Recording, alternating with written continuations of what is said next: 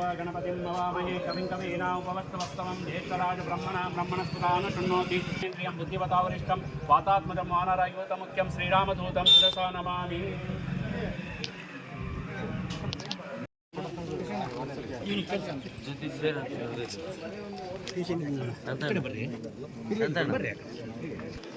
Sir ಸ್ವಲ್ಪ ಅಲ್ಲ ನೀವು ಹಿಂದಿರಿ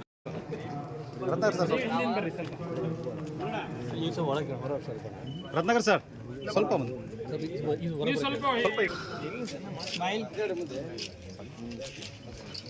ಅರಸಲೆ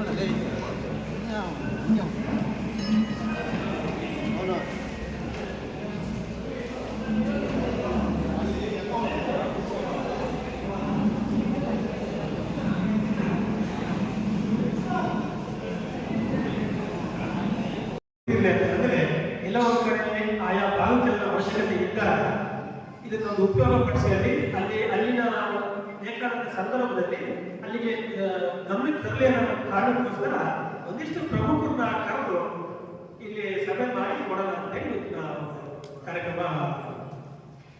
ಅದಕ್ಕೆ ನಮ್ಮ ಸಿದ್ದೇಶ್ವರ ಕಾಲೇಜಿನ 4 ಜನ ಬಂದರೆ ಅದು ಮುಂಚೆ ಹೇಳಿದ್ದು ಅವರು ನಮ್ಮ ಡಿಸ್ಕಷನ್ ಮಾಡಿ ಮಾಡಲೇಬೇಕು ಅಂತ ಈಗ ಒಂದು ವರ್ಷದ ಹಿಂದೆ ಹೇಳಿದಾಗ ನಾವು ಮಾಡಿಕೊಡ್ತೀವಿ ಅಂತ ಹೇಳಿ ಅವ್ರು ಆಯ್ತು ನೀವು ಬರೋದಾದ್ರೆ ನಾವು ಭಾಳ ತರ್ಸಲ್ಲ ಅಂತ ಹೇಳಿ ಜೊತೆ ನಮ್ಮ ವೀರಾಂಜನೇಯ ಟ್ರಸ್ಟ್ ಸಹ ಸಾಕಷ್ಟು ಕಾರ್ಯ ಹೇಳಿದ್ದಾರೆ.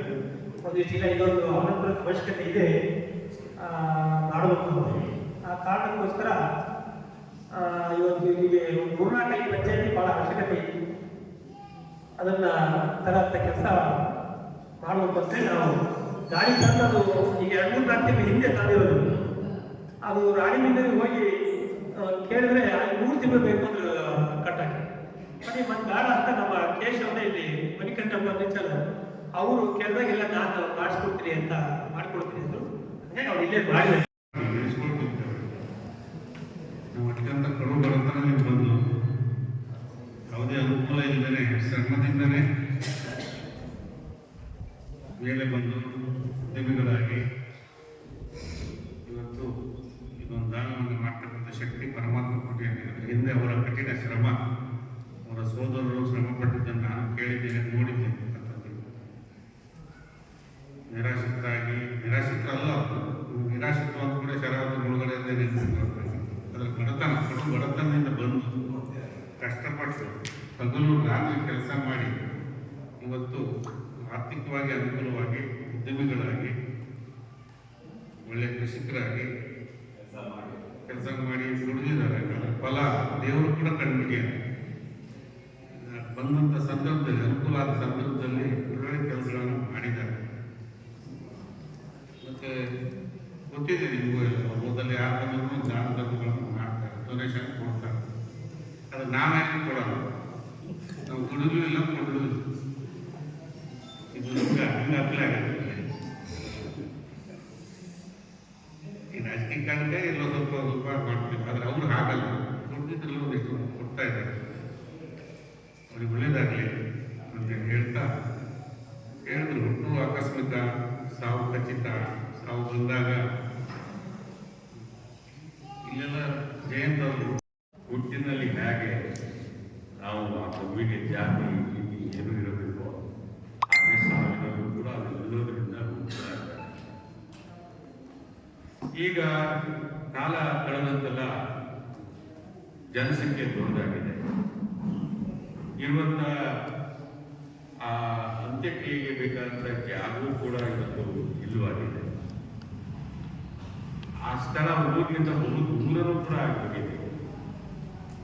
ಇಂಥ ಸಂದರ್ಭದಲ್ಲಿ ಹಿಂದಿನ ಹಾಗೆ ಆ ದೇವರನ್ನ ಹೆಗಲ ಮೇಲೆ ಹೊತ್ತು ತೆಗೆದುಕೊಂಡು ಹೋಗೋದು ಕಷ್ಟದ ಕೆಲಸ. ಅದಕ್ಕೆ ಈ ರೀತಿಯ ವಾಹನಗಳು ಮುಕ್ತಿ ವಾಹಿನಿ ಹೆಸರಿನಲ್ಲಿ ವಾಹನಗಳ ಅಗತ್ಯ ತುಂಬ ಇದೆ ಎಲ್ಲ ಕಡೆ. ಈಗ ಸಾಗರದಲ್ಲಿ ಒಂದು ಮುಖ್ಯವಾಹಿನಿ ವಾಹನ ಇದ್ದಿದ್ದಕ್ಕೆ ಜನರಿಗೆ ಎಷ್ಟು ಅನುಕೂಲ ಆಗಿದೆ. ಇಲ್ಲಿ ಹೋದರೆ ಕಿಲೋಮೀಟರ್ ಗಟ್ಟಲೆ ಆ ದೇವರನ್ನ ಹೊತ್ತು ಹೋಗಬೇಕಾಗಿದೆ. ಹಾಗೆ ಇವತ್ತು ಆನಂತರ ಕೂಡ ಬೆಳೆದಿದೆ. ಇಂಥ ಸಂದರ್ಭದಲ್ಲಿ ನಮ್ಮ ಮಿತ್ರರಾದ ರತ್ನಾಕರ್ ಅವರು ಯೋಚನೆ ಮಾಡಿ ಅವರ ಸ್ನೇಹಿತರು ಎಲ್ಲ ಸೇರಿ ಈ ಮುಕ್ತಿ ವಾಹಿನಿ ವಾಹನವನ್ನು ಈ ಊರಿಗೆ ಇವತ್ತು ಸಮರ್ಪಣೆ ಮಾಡಿದ್ದಾರೆ. ಪೂಜ್ಯ ಗುರುಗಳು ಅದಕ್ಕೆ ಒಂದು ಪೂಜೆ ಸಲ್ಲಿಸಿ ಅದನ್ನು ಇವತ್ತು ಉದ್ಘಾಟಿಸಿದ್ದಾರೆ.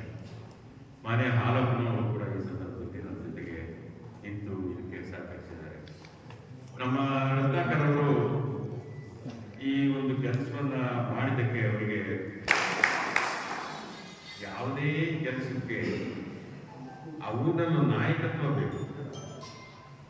ಒಂದು ಸ್ಥಳೀಯ ನಾಯಕತ್ವ ಇದ್ದವರಿಗೆ ಇಂಥ ಕೆಲಸಗಳನ್ನೆಲ್ಲ ಮಾಡೋದಕ್ಕೆ ಆಗಲ್ಲ.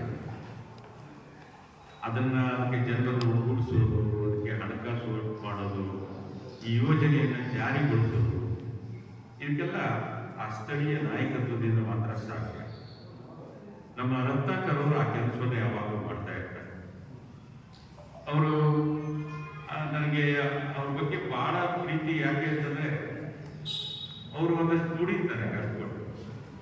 ಆ ದುಡಿತದಲ್ಲಿ ಒಂದು ಪಾಲನ್ನು ಅವರು ಸಮಾಜಕ್ಕೆ, ಜನರಿಗೆ ಖರ್ಚನ್ನು ಕೂಡ ಮಾಡ್ತಾರೆ. ಅದು ನಿಜವಾಗ್ಲೂ ಒಂದು ಆದರ್ಶ ಗುಣ.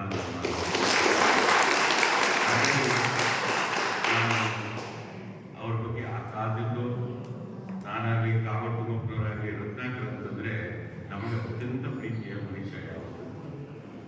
ಅದರಿಂದ ಇವತ್ತು ಈ ಕೆಲಸ ಆಗಿದೆ. ಊರಿನ ಕೆಲಸ, ಊರಿಗೆ ಅತ್ಯಂತ ಅಗತ್ಯ ಇರ್ತಕ್ಕಂಥ ಒಂದು ವಾಹನವನ್ನು ಇವತ್ತು ಕೊಟ್ಟಿದ್ದಾರೆ. ಅದು ಕೇವಲ ಬರೀ 500 ರೂಪಾಯಿ ನೀವು ಕೊಟ್ಟ ಕ್ಷಣ ಅದು ಸಾಕಾಗೋದಿಲ್ಲ. ಅದಕ್ಕೆ ಡ್ರೈವರ್ ಸಂಬಳ ಕೊಡಬೇಕು, ಅದಕ್ಕೆ